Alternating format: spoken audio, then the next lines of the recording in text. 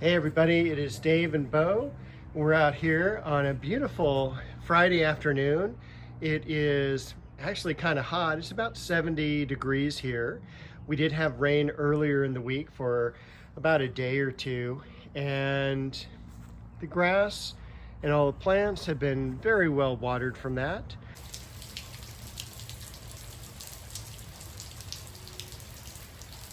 So we'll go ahead and do a little walkthrough.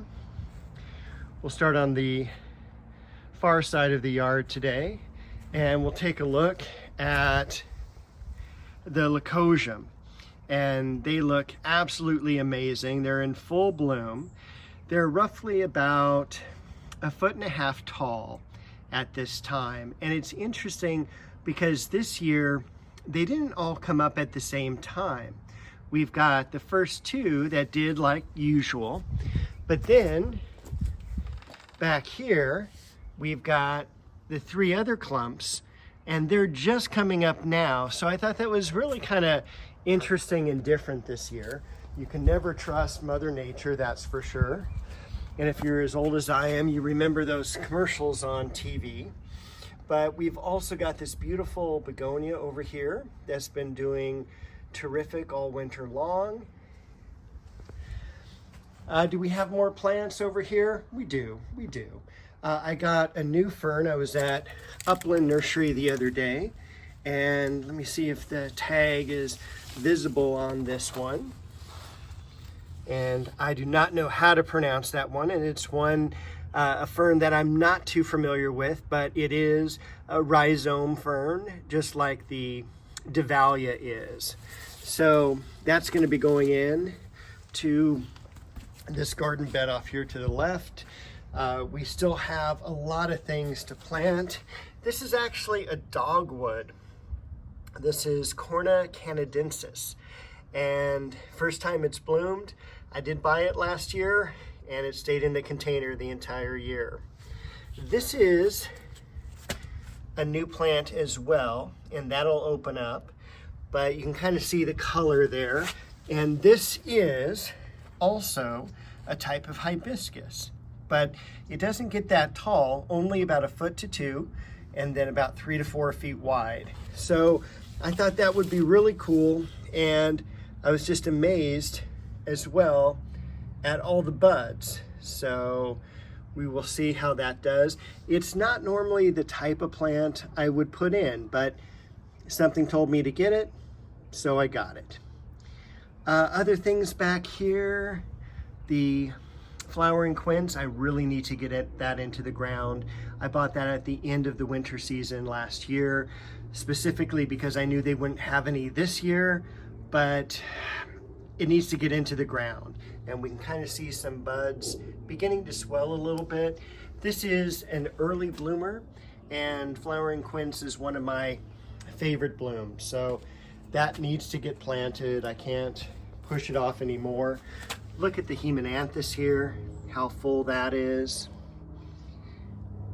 Alstroemeria, that fern back there. Got to prune the dead yarrow flowers off. And this plant needs to get in the ground as well. And here's Bo, she's found us. So over here, I did transplant this plant here, which is the Gara, that got really large last year and just was too wide and too tall for this particular bed that it was in, but it was down a little bit further on the other side. This is an oxalis blooming. This is also one of the new plants I got, which I think they call it string of turtles.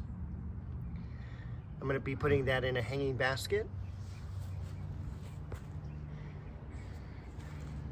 Some geraniums in bloom. That's the foliage for the Amaryllis belladonna. And if you remember about 2 weeks ago, I cut this particular plant back. This is French sorrel, and it's come back immediately. Can't even tell I pruned it. We also have already some leaves on this tree rose.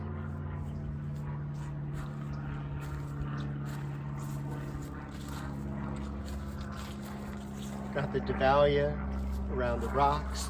And again, it's one of those really cool things I love to see, the rabbit's foot coming across, creeping across those rocks. We normally see them like this in the hanging baskets. A very easy fern to grow. Over here, I did plant and this is where the Gara was. This variety of Japanese maple is Shishigashira, and I'm looking forward to how well that's going to do here. It's got the nice backdrop of the ivy, so it should stay fairly cool for it here. Morning sun, afternoon shade, and it's also shaded on this side by the pomegranate. I did some cutting back of the osteos here, as well as here. That one's even got some buds on it. And then a lot of the foliage of the bee balm or monarda is already coming up and getting a little bit of height to it. I did cut back the variegated geranium. I'm hoping that will come back. It should. I was hoping it would have already leafed out a little bit by now, but this was a cold week, and we do have a little bit of foliage over there, and with the rain and everything. And then we have this new plant here, and of course I don't remember the name, but it was one of those things in bloom. Here's Bo, that I don't remember. I bought it for the bloom and the plant, and I can't remember the name. I brought out a couple of the dwarf cypresses just because I wanted to plant them around the Japanese maple, but I don't know which ones to put in yet. So anyway, that is there. I also put this plant back in the corner, and it's actually wilting a little bit. It looks like it's already dry from the rain. You already saw last week a couple of the plants here. This is the styrax, the Japanese snowball, and then we'll go to the other side so the glare isn't there. But that is the yellow flowering magnolia. Elizabeth is the variety. The Japanese maple, silver dragon liriope around the base, clivia, gardenias around the base of the Chiananthus tree. I didn't see any buds yet, so hopefully that will be leafing out soon as well. The Disigothica looking really good. That's the false Aurelia. What else should we see back here? So I thought for sure by the time this video would be recorded, I would have moved this tree, the dogwood, out into the yard more. And of course, I didn't because of the rain and other things. School's just started back in, and I was teaching last week as well, so we'll blame that. I also did a lot of pruning on the roses in the front yard. We are coming to the end of January, and my goal is to have all the roses pruned by the end of January. I figure I've got about 60 roses, and from the start of pruning, 1st of December, through the end of January is about 60 days. So about 1 rose per day. Look at all the scilla beginning to come up. Those look so great. They're really my favorite bulb that comes up year after year. And you were with seeing my videos last year, you saw the beautiful bloom that it has. And again, this just naturalizes. It's been here in the ground since the 1980s. We've got the ajuga, we've got the begonia over here, and the hemlock. We've got bow. These roses are also beginning to leaf out. We've got the mint over here. This is the Corsican mint. It did not go dormant this winter. We didn't really get a really long cold snap, and even that is seen in the apple tree here. Normally, this is one of the first trees that I prune during the winter time because it just defoliates so quickly with the cold weather. And you can see that there's still a lot of green growth on this tree, but it's got to be pruned, and that'll probably happen in the next 7 to 10 days. Some beautiful bacopa blossoms down below. This is the new blue girl that I planted just a couple weeks ago. We even have some blooms on the westringia. Still have a lot of weeding to do. Flowering crabapple. Still very pleased with this olive bush, or excuse me, almond bush. Just a couple more roses to prune in the backyard. I think I've got 3 here in the backyard. Look at all those irises blooming now. And I've got about 5 in the front. So maybe 8 more roses and then I'll be done for the season.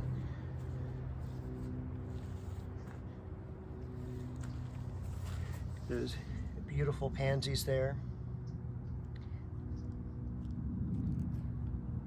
Masterpiece Mix is the variety for the curly leafed pansies. I'm also looking forward to this geranium spreading and blooming.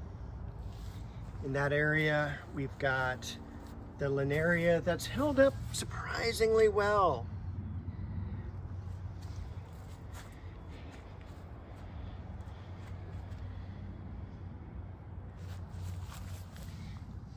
Got some Lindaria back there. Creeping Thyme. The heather has leafed out just well, and look at this. We've even got leaves on this one red rose that I was worried about it transplanting. Look at the deep color on those new leaves as well on Heaven. I hope you enjoyed the video last week on my different rose varieties. I actually got quite a few hits. I think I was right about, this is a week since then, it's got about 500 hits, so thank you. And also thank you because we're just about to break 400 subscribers. So that's always fun to see those numbers. This is variegated oregano, English daisy there.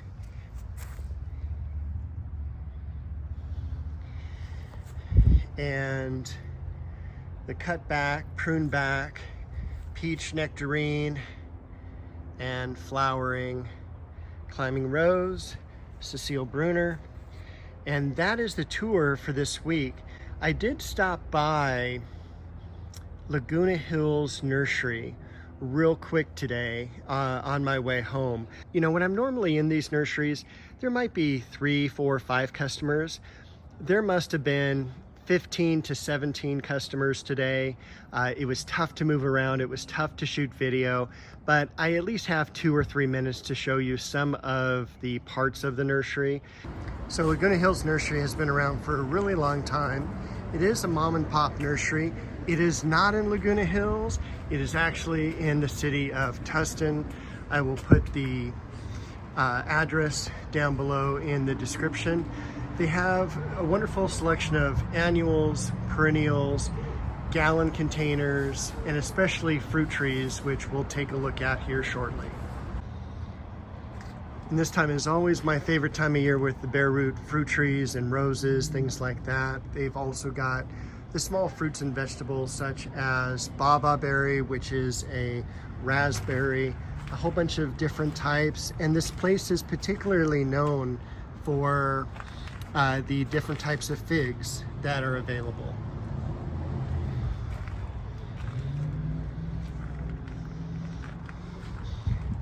And of course, these are blueberries.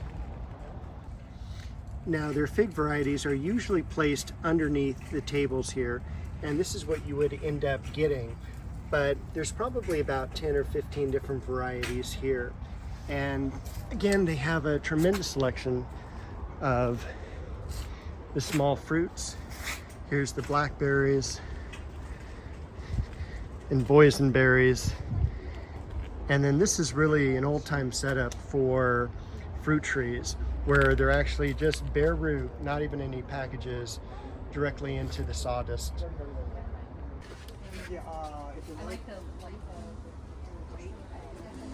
This is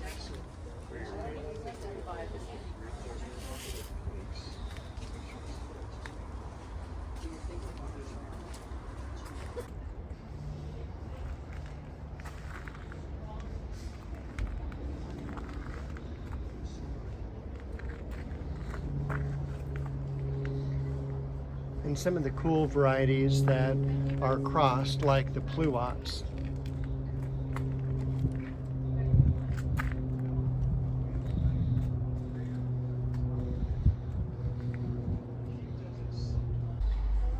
And this plant I thought was really cool. I'd never seen one in real life. Barbados gooseberry. Looked like almost a semi-vining type of plant, but look at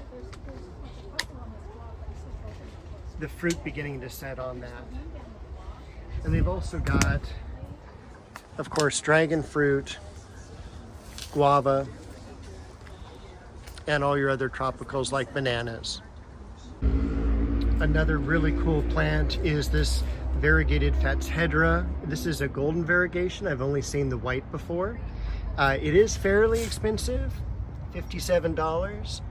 There's the variety name there.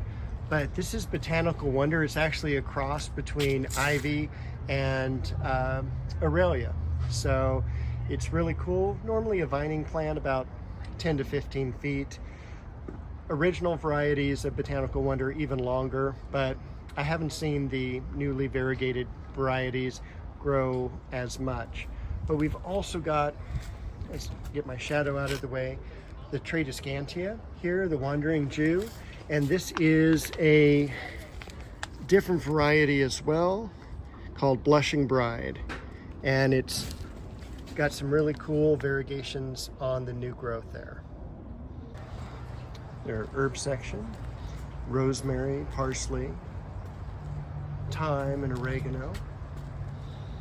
Also some fennel just came out.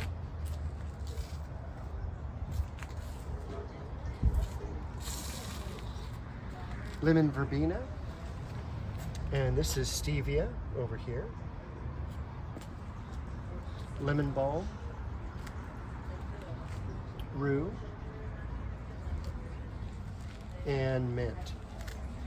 They've got the vegetables as well. Some of the varieties like this, that's a little bit too young to plant, but anything more like this size is perfect. And we've also got more of the varieties of fig underneath as well.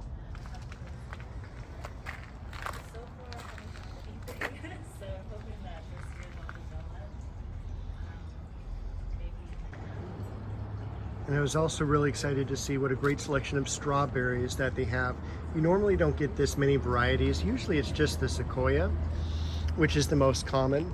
But they've also got varieties like Eversweet, Camarosa, Seascape, and then the one over here at the end is a white or an ivory type of strawberry.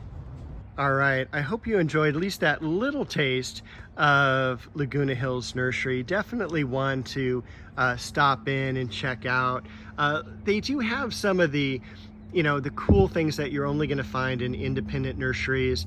They do specialize in fruit trees. You saw the old-time sawdust bins that no one ever does. I mean, when I was working in the nursery industry, I think the last time I built them in any of my nurseries was in the late or early 1990s, let's say, something about 89, 90, 91. And everything else after that was packaged with sawdust around the root. So it is kind of fun and cool to see those those sawdust bins still. They do have a small cactus section, lots of perennials. They do have a lot of one-offs, and that always makes shopping fun because you never know what you're going to purchase. Last year I purchased the mock orange, the Philadelphus, that I have in the corner, because that's the only nursery I ever saw true mock orange at. But it's a cool place. I will be back next week with a new video of the yard and to show you all the progress.